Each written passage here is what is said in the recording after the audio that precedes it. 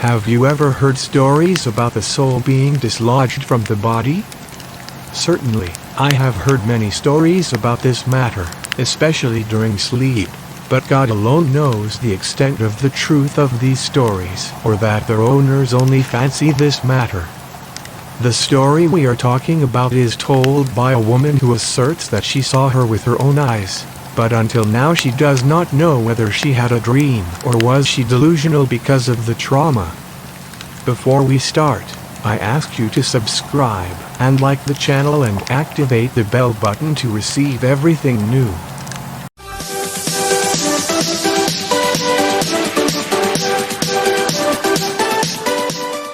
The woman says that one day she was on a walk with her husband outside the house, and while she was in the car a motorbike passed by with it on it and two young men were speeding.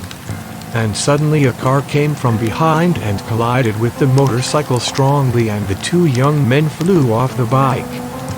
The body of one of them hit a cement barrier on the road and fell to the ground and died instantly. The scene was ugly and unfortunate.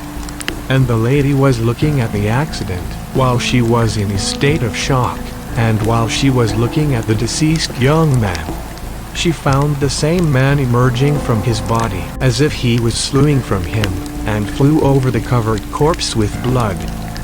The lady collapsed and began to scream and cry, but she did not believe her eyes, and she was thinking whether she was dreaming. So she closed her eyes firmly and began to read what she had memorized from the verses of the Holy Quran. Then she opened her eyes and looked around. And the other young man was lying in the middle of the road, but he was alive and his heart was beating. But unfortunately for him there was another car coming quickly, and when its driver saw that there was a person lying in the middle of the road, he passed over him. And the lady who was still crying intensely says that she heard the sound of his bones breaking, then she saw him as if he was leaving his body as well. And this matter increased her panic and entered into hysterical condition.